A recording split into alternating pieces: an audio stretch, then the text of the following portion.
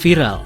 Belum lama ini curahan hati seorang wanita di Bandung yang menceritakan kisah suaminya yang meninggal dunia usai mengalami gigi berlubang. Dokter yang memeriksa menemukan adanya infeksi hingga abses di gigi. Dalam postingan di Instagram @amandaprawira menceritakan, almarhum suaminya memiliki riwayat gigi berlubang.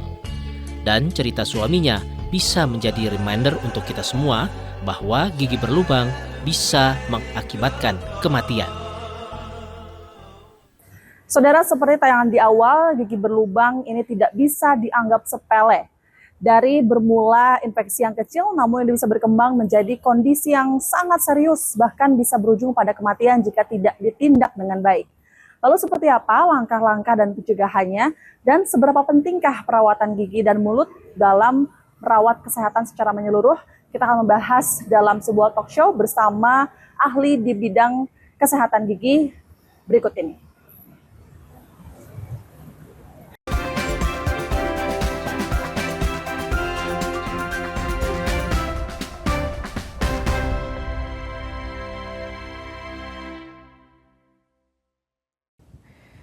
Selamat pagi para pemirsa Kompas TV, senang sekali saya Fida Latas bisa kembali hadir bersama Anda dalam program Sapa Jabar.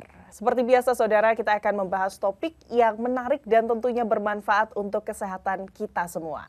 Nah, pernahkah Anda mendengar pepatah lebih baik mencegah daripada mengobati? Pepatah ini sangat relevan tentunya ya dengan tema kita hari ini, yakni pentingnya perawatan gigi sejak dini. Banyak orang menganggap bahwa merawat gigi baru itu perlu dilakukan saat ada keluhan. Padahal kesehatan gigi yang baik harus dijaga sejak kecil. Nah, apa saja manfaat merawat gigi sejak dini? Lalu apa dampaknya jika kita mengabaikan kesehatan gigi? Dan bagaimana cara yang tepat untuk menjaga kebersihan gigi anak-anak maupun orang dewasa?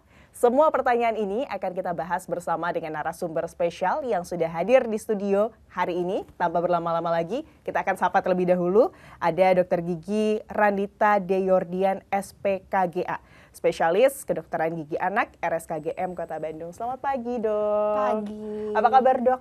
Alhamdulillah baik pada hari ini. Baik ya, sehat ya. Iya. Karena kalau dokter gigi anak biasanya harus terus banget ya, Dok ya. Semangat apalagi menghadapi anak-anak ya. Menghadapi anak-anak ya, treatmentnya beda. Dok, ini menarik sekali Dok, kesehatan gigi anak di Indonesia. Ada hasil riset kesehatan dasar atau Riskesdas tahun 2018 yang memperlihatkan kalau jumlah gigi berlubang pada anak usia dini masih sangat tinggi, yaitu sekitar 93%. Artinya hanya 7%, betul ya Dok ya, anak Indonesia yang bebas dari karies gigi. Itu tantangannya sepertinya di Indonesia tuh seperti apa, tapi kita mau sebelum ke situ Dok, kita mau tahu mengapa kemudian perawatan gigi sejak dini itu begitu penting untuk anak-anak, Dok. Oke, keberadaan gigi susu di dalam rongga mulut ini sangat penting untuk menjaga integritas dari lengkung rahang. Oke, kemudian ini selama pertumbuhan dari gigi permanen, gigi susu itu menjaga lengkung rahang tersebut. Kemudian fungsi gigi susu sendiri itu adalah sebagai organ pengunyahan. Penting ya, karena setelah MPASI kita mengunyah makanan. Betul, gitu. betul. Kemudian menjaga estetika wajah. Jadi penampilan wajahnya pun menjadi lebih cantik atau ganteng, biasanya kalau ada gigi susu. Ketika gigi susunya hilang, apa yang terjadi? Muka anak itu lebih pendek, mungkin seperti mirip lebih ke arah orang tua karena lebih pendek muka wajahnya gitu. Kemudian membantu anak untuk berbicara. Jadi di sini membantu untuk berfonasi. Jadi S, P, T atau misalnya L gitu. Anak akan lebih jelas ketika anak mempunyai gigi susunya bagus. Dilanjutkan lagi dia membantu untuk menjaga ruangan untuk gigi permanen gitu fungsinya. Jadi di bawah gigi susu pasti ada gigi dewasa. Jadi kalau misalnya gigi susunya ini rusak, maka akan terjadi gangguan pertumbuhan dari gigi dewasa. Baik, mungkin banyak orang tua yang pengen anaknya tumbuh cantik dan ganteng, ternyata salah satu faktornya adalah dari gigi ya. Ya, jadi ini mempengaruhi kualitas hidup anak aja. Baik. Mungkin banyak juga sekarang kalau zaman sekarang nih Dok ya, yang lagi tren ini juga adalah, aduh muka saya nggak simetris nih antara kanan sama kiri beda. Ternyata itu dari kesehatan gigi, struktur gigi struktur anaknya gigi. ya. Wah menarik sekali nih Dok. Lalu pada usia berapa sih Dok sebaiknya anak ini mulai diberikan kebiasaan atau dilatih untuk menyikat gigi atau sadar akan kebersihan gigi mereka? Oke, di sini banyak orang yang salah kaprah. Mhm. Sebenarnya Mhm. kita harus menjaga kesehatan gigi itu sejak lahir. Sejak lahir. Sejak anak itu lahir. Mengapa? Karena sejak anak lahir itu orang tua tuh kan menyusui ya, menyusui atau misalnya minum susu formula gitu ya. Itu orang tua wajib sadar untuk membersihkan mulut anaknya. Oh, baik. Gitu. Jadi sejak usia 0 bulan itu dibiasakan untuk membersihkan gusi, lidah gitu. Kemudian caranya gimana? Caranya dengan menggunakan kain yang kita basuh dengan air hangat, kemudian kita lap seluruh rongga mulut anaknya. Nah, dilanjutkan dengan sekitar usia 4 bulan nih. 4 bulan anak diperkenalkan dengan yang namanya silikon sikat yang terbuat sikat dari gigi silikon. silikon ya. Ya. Nah, fungsinya apa? Untuk memijat gusi, kemudian itu untuk persiapan ketika nanti awal MPASI. Jadi fungsinya untuk memijat gusi. Kemudian nih, sejak pertama kali gigi tumbuh, bisa aja sekitar usia setahun atau 6 bulan, artinya ini sejak MPASI ya, anak ini harus diperkenalkan dengan sikat gigi. Oke. Ya. Jadi terkadang itu telat orang tua ini ya, sebenarnya harusnya sejak gigi tumbuh. Dan caranya gimana? Jadi harus menggunakan sikat gigi yang ukurannya kecil, disesuaikan dengan anak, kemudian harus menggunakan pasta giginya berfluoride. Baik. Oke, kemudian nih, dilanjutkan lagi ketika anak usia setahun. Anak setahun itu gimana? Anak setahun itu anak boleh mencoba sendiri nih. Kita sikatin. Jadi misalnya nih anak menyikat giginya sendiri, kemudian nanti orang tuanya menyikat ulang gigi anaknya. Jadi anak juga memegang sikat gigi. Terbiasa ya. Ya, terbiasa. Nanti orang tuanya juga menyikat gigi anaknya. Nah, ini tuh memang fungsinya apa? Untuk melatih motorik anaknya. Dan yang pasti nih ya, Mbak, sebenarnya itu ajari anak untuk minum gelas nih. Jadi usia 6 bulan anak sudah harus diajarkan untuk minum gelas. Minum di gelas ya? Minum Dok? di gelas. Kemudian belajar minum pakai sedotan nih juga sekitar usia 8 bulan. Kemudian nih untuk berlatih berkumur gimana? Caranya dengan bermain peluit gitu. Atau misalnya meniup bubble itu untuk melatih rongga mulut anak agar kedepannya bisa berkumur. Kemudian nih, ajari terus-menerus. Jadi kita sebagai orang tua harus menemani anak untuk menggosok gigi sekitar sampai usia 8-9 tahun. Karena terkadang yang saya lihat adalah orang tua ini sering melepas anaknya. Betul. Jadi misalnya udah 6 tahun, udah anaknya udah bisa sendiri, saya lepas gitu. Padahal salah. Intinya sekitar usia 6 tahun itu sudah tumbuh gigi dewasa, terkadang anak pun tidak sampai belakang ya sikat giginya. Baik. Gitu. Jadi sebaiknya disarankan, ini juga menurut American Association ya untuk dental, jadi sekitar sampai usia 8-9 tahun, itu sampai ditemenin, sampai akhir balik gitu maksudnya. Jadi concern orang tua itu penting sekali ya, Dok ya, untuk membangun kebiasaan anak untuk merawat gigi mereka. Tapi Dok, tadi yang juga menarik adalah bagaimana pada saat waktu atau periode empasi ini ada pemijatan gusi, gosok gusi. Itu kan bukan gigi, Dok. Gimana tuh penjelasannya? Manfaatnya apa? Seperti apa, Dok? Karena terkadang gini, jadi sekitar usia 4 bulan itu gusi anak sudah mulai gatal. Ya. Kenapa gatal? Karena di situ ada perkembangan benih gigi susu. Betul. Gigi susunya pengen keluar nih, makanya gusi anak gatal. Akhirnya kita bantu dengan apa? Dengan pemijatan gusi. Standar seperti orang tua lakukan aja, nggak usah takut ya. Yang penting gusinya tergosok gitu. Gusinya tergosok. Itu juga bisa membantu anak untuk belajar menggigit. Ya. Dan jadi mungkin ini juga ya, Dok ya, tidak jadi mungkin lebih terbiasa dengan adanya benda asing masuk atau sikat gigi nanti saat sudah lebih besar lagi gitu ya, Dok. Ini menarik sekali, Dok, bagaimana kesehatan gigi dan mulut anak ini tentunya sangat penting, apalagi melihat presentasi kesadaran orang tua dan juga anak mungkinnya di Indonesia untuk merawat kesehatan gigi mereka. Kita akan lanjutkan, tapi usai jeda ya, Dok ya. Saudara jangan kemana-mana, karena usai jeda kami masih akan kembali. Tetaplah di Sapa Jabar.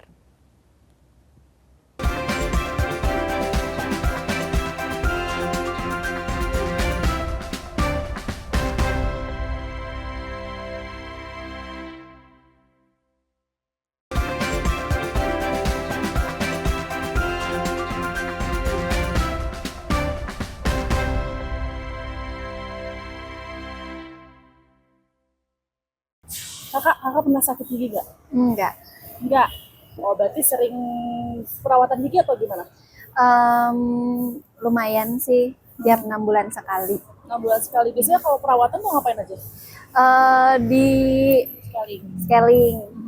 Kalau ke dokter belum pernah. Tapi kalau perawatan menurut Masnya idealnya berapa kali sekali sih?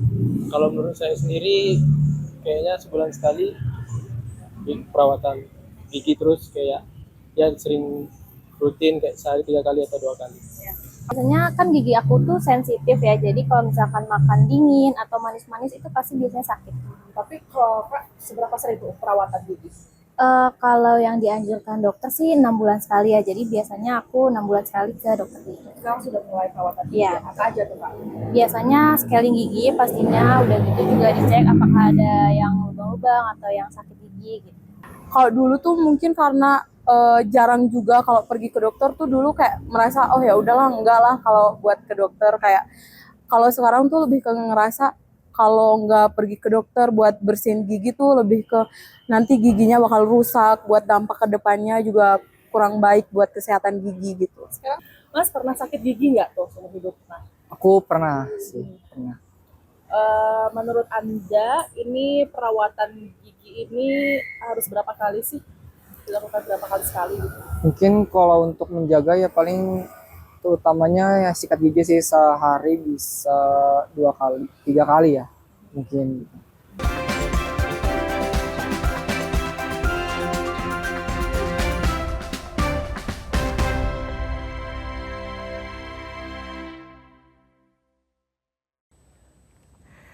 Saudara, terima kasih Anda masih bersama kami di Sapa Jabar. Bagi Anda yang baru bergabung, kami masih membahas terkait pentingnya perawatan gigi sejak dini dan masih bersama dengan narasumber kami pada pagi hari ini, ada Dr. Gigi Randita Deyordian, SPKGA, Spesialis Kedokteran Gigi Anak, RSKGM Kota Bandung. Kita akan lanjutkan ya, tadi sebetulnya sudah banyak hal, banyak ilmu begitu ya yang sudah di-share tentang bagaimana perawatan gigi anak dan membiasakan anak agar terbiasa merawat gigi sejak dini. Tapi mungkin dok, salah satu challenge atau tantangan begitu ya bagi orang tua ini adalah terkait kalau mau membawa anak ke dokter gigi. Ya. Karena kebanyakan itu mindsetnya kalau ke dokter gigi tidak hanya anak ya. Kadang-kadang orang tua saja masih ada ketakutan gitu. Nah, dari pandangan dokter gigi atau seorang dokter gigi, bagaimana sih dok cara agar membiasakan anak untuk tidak merasa takut ke dokter gigi? Oke, jadi saya ini seorang ibu ya, juga seorang dokter gigi anak. Terus ini saya paham bahwa kunjungan ke dokter gigi itu challenging, memang. Jadi pertama-tama ada beberapa hal yang perlu kita siapkan. Baik. Pertama, kita sounding dulu ke anaknya. Kemudian nanti kita ke dokter gigi ya, kamu cuma diperiksa, dilihat aja giginya bersih nggak gitu. Kemudian nanti diperlihatkan ada suatu video atau film gitu. Kita bisa berikan seperti itu mengenai kunjungan anak ke dokter gigi. Nanti di situ diperlihatkan video, terus kita jelaskan nanti kamu di sana ngapain gitu. Tapi perlu diperhatikan, jangan memberikan video anak lagi ketakutan atau nangis lagi ke dokter gigi ya. Oke, selanjutnya nih tahap kedua, kita bisa memberikan role play. Bermain peran. Misalnya saya menjadi dokter giginya, kemudian anak kita buka mulutnya, ayo kita lihat giginya. Atau dibalik, misalnya anak jadi dokter gigi, saya jadi pasiennya, kita lihat giginya. Misalnya anak lagi ngeliat gigi saya gitu. Atau bisa juga bermain peran melalui boneka gigi gitu. Yang terakhir, nih paling penting banget, kita harus selalu afirmasi positif kepada anak. Jadi berikan afirmasi. Nah, kamu main ke dokter gigi ya, seru sekali main ke dokter gigi. Jangan malah ditakut-takutin ya. Biasanya tuh misalnya, jangan makan permen ya, nanti dicabut loh ke dokter gigi gitu. Anak jadi akan takut gitu. Jangan ya dek gitu ya. Jadi kita harus misalnya ke dokter gigi yuk, semangat gitu. Tapi nanti misalnya gini, kalau misalnya udah datang ke dokter gigi, ternyata anaknya sudah dilakukan tahap tidak berhasil, jangan patah semangat. Terus setelah mencoba, ajak anak terus main ke dokter gigi. Gitu. Tapi setuju dok, biasanya ini memang anak-anak yang takut ke dokter gigi karena ibu-ibunya nih kalau nggak mau makan, nanti disuntik loh ke dokter gigi atau Iya, apa ya. Berarti mindset benar. itu yang Itu mindsetnya harus diubah. harus dirubah ya dok ya, karena penting sekali ya kalau untuk anak agar menjadi orang dewasa yang aware tentang kesehatan gigi mereka. Nah dok, kalau untuk anak-anak nih kan mungkin sering mengkonsumsi yang manis-manis, es krim, permen, tapi untuk kemudian menggosok giginya itu dalam sehari itu perlu berapa kali sih dok, dan waktu terbaik untuk menyikat gigi itu kapan dok? Oke, untuk menyikat gigi sendiri itu baiknya ya setelah makan pagi dan sebelum tidur. Tapi nggak serta-merta setelah makan pagi anak menggosok gigi. Tapi tunggu dulu jeda 30 menit kemudian anak menggosok gigi. Mengapa? Karena rongga mulut ini masih terasa asam. Baik. Ya, jadi kalau misalnya kita langsung menggosok gigi akan terjadi remineralisasi. Nah, apa itu remineralisasi? Awal terjadinya karies. Makanya kita harus tunggu 30 menit, nanti rongga mulut menjadi basah itu jadi tidak asam. Kemudian anak boleh menggosok gigi gitu. Jadi salah kaprah dengan lagu bangun tidurku terus mandi, tidak lupa menggosok gigi. Jangan ya. Gitu. Harus diingat itu memang hanya sebuah lagu. Sarapan dulu, Baru tunggu 30 menit. baru Baru gosok gosok gigi. gigi. Kemudian yang terakhir, waktu malam hari adalah sebelum tidur. Ini paling wajib sekali. Kenapa? Karena waktu tidur kita ludahnya menggenang. Jadi diam dan tidak beroperasi ya istilahnya ludah itu. Ketika kita bicara, kita makan, ludah beroperasi ya, tertelan. Itu artinya self cleansing. Self cleansing itu membersihkan rongga mulut. Akhirnya kuman, bakteri tertelan. Jadi aman gitu. Nah, ketika tidur sisa makanan di rongga mulut dan tidak ada self cleansing ini, air liur tidak beroperasi ya. Akhirnya apa yang terjadi? Bakteri senang.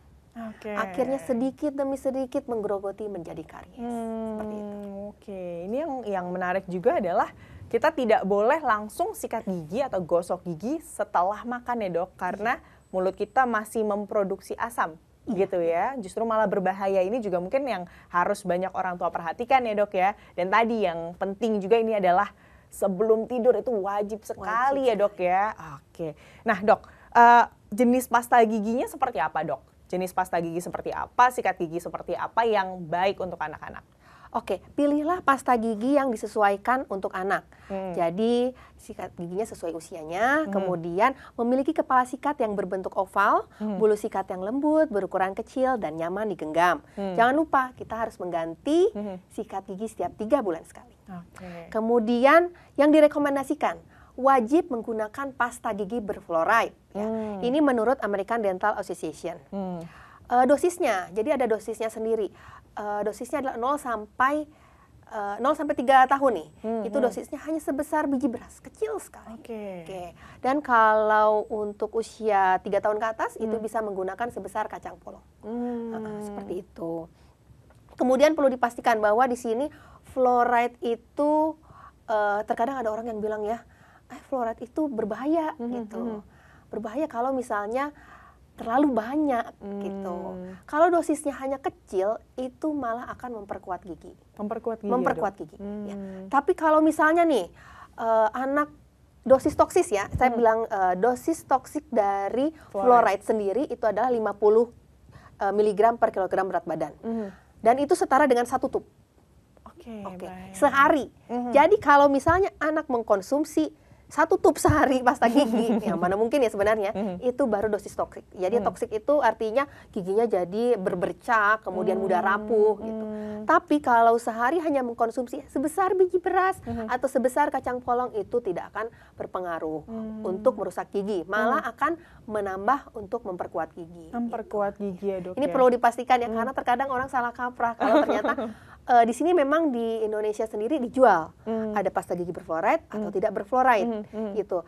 Tapi kita di sini Kemenkes juga sudah menyarankan ya yang terbaru bahwa kita harus menggunakan pasta giginya itu berfluoride. Ya. Kalau misalnya dia tidak berfluoride berarti hanya untuk sekedar anak untuk bermain aja. Jadi misalnya di sedikit, kalau misalnya ingin menambah gitu misalnya, boleh pasta giginya non fluoride. Non fluoride ya, oke. Karena memang itu ya ada pandangan juga di masyarakat kalau fluoride ini kan toksik atau beracun, kenapa ada di sikat gigi? Ternyata dengan dosis yang sedikit minimal itu justru akan memperkuat gigi. Jadi penting untuk kemudian memastikan kalau pasta gigi anak yang digunakan ini berfluoride begitu ya dok ya. Ini menarik dok, kita akan lanjutkan usai jeda. Saudara jangan kemana-mana karena usai jeda kami masih akan kembali. Tetaplah di Sapa Jabar.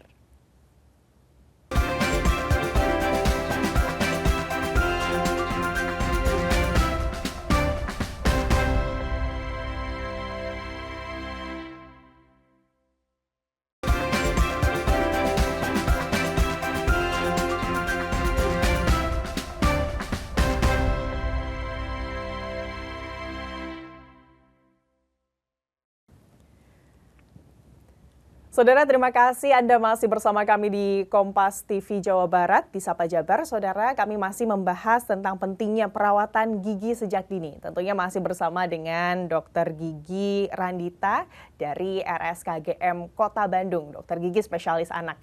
Kita lanjutkan ya dok ya.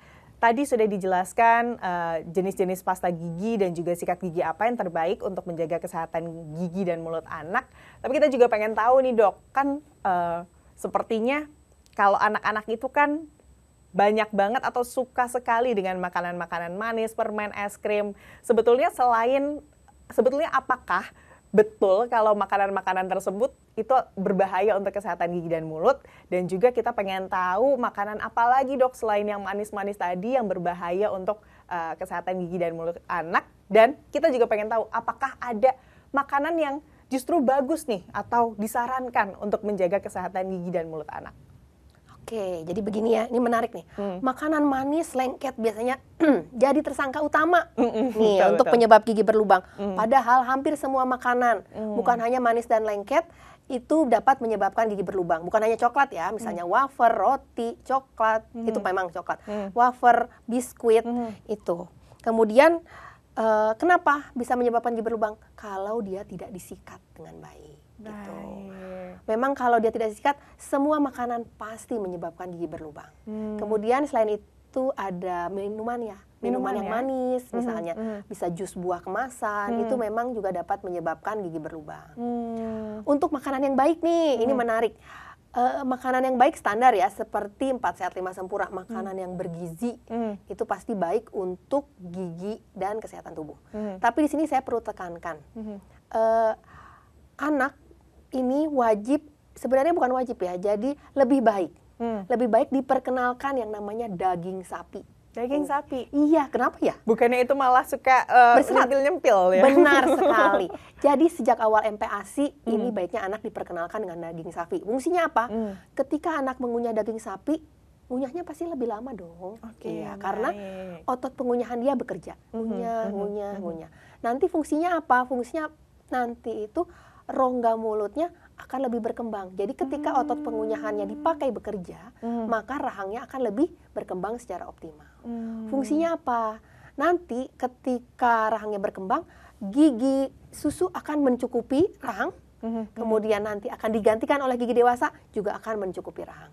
Itu fungsinya. Daging sapi. Wah, daging sapi. Kemudian yang terakhir ini ada buah ya. Buah itu sebenarnya banyak, hampir semua buah itu direkomendasikan. Tapi buah yang keras seperti apel, pir, itu sama, lebih direkomendasikan. Karena dia sama untuk self cleansing, juga untuk membantu rongga mulut anak ini mengunyah, organ pengunyah, seperti itu. Jadi makanan-makanan yang membuat anak atau kita begitu ya mengunyah lebih lama, justru gigi ini semakin banyak dipakai mengunyah gitu ya, mulut itu semakin baik ya untuk kesehatan gigi dan mulut ya. Benar Oke. sekali. Tapi tadi dok, itu kan makanan manis nih dok. Maksudnya kata dokter semua makanan berbahaya kalau tidak disikat. Iya. Tapi pertanyaannya dok, apakah betul makanan manis itu lebih berbahaya daripada makanan-makanan yang tidak manis? Benar. Oh betul. Benar sekali. Jadi kandungan gulanya itu memang cukup tinggi. Jadi resiko karies akan lebih tinggi juga ketika dia mengkonsumsi makanan yang manis. Jadi kalau misalnya dia makanan yang biasa, resiko karies juga, namun lebih rendah atau sedang.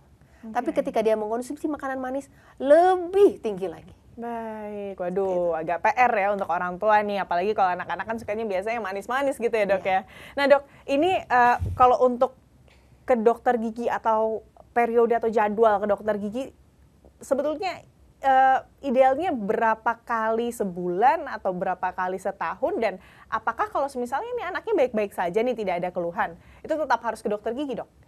Oke, ini juga pertanyaan yang sering muncul dan biasanya dokter gigi terkadang menjawab ya 6 bulan sekali. Namun sekarang ada perubahan. Baik. Jadi kita ke dokter gigi itu tergantung. Tergantung apa ya? Nah, jadi kita ke dokter gigi itu dimulai sejak gigi pertama tumbuh atau sejak 6 bulan setelah gigi pertama itu tumbuh. Fungsinya apa? Jadi nanti orang tua akan diberikan penjelasan bagaimana cara menyikat gigi anaknya, apakah sudah benar atau belum, kemudian bagaimana konsumsi makanannya, gitu. Terus dilanjutkan juga nanti dokter gigi akan melakukan penilaian resiko karies. Jadi ada pemeriksaan klinis yang dilakukan. Nah, fungsinya apa? Nanti dilihat apakah resikonya ini rendah, sedang, atau tinggi. Kalau dan fungsinya ini untuk melihat anaknya ini kunjungannya berapa kali ke dokter gigi. Bisa 3 bulan atau 6 bulan. Itu tergantung dari resiko karies yang dilakukan oleh dokter gigi. Nanti di-recall sama dokter giginya, apakah perlu diberikan vitamin gigi gitu untuk memperkuat gigi. Jadi intinya lebih baik mencegah daripada mengobati. Betul sekali. Nanti ada itu ya berarti ya Dok ya, screening gitu ya, yang dilakukan screening. menyesuaikan kondisi dari anak itu tersendiri. Dok, mungkin kita juga penasaran Dok sebetulnya, memangnya seberapa besar sih adakah pengaruh kesehatan gigi anak atau gigi orang dewasa bahkan ya dengan kondisi kesehatan tubuh secara keseluruhan, Dok? Oke, penting ya. Jadi menjaga kesehatan gigi itu artinya kita menjaga pintu gerbang dari tubuh kita.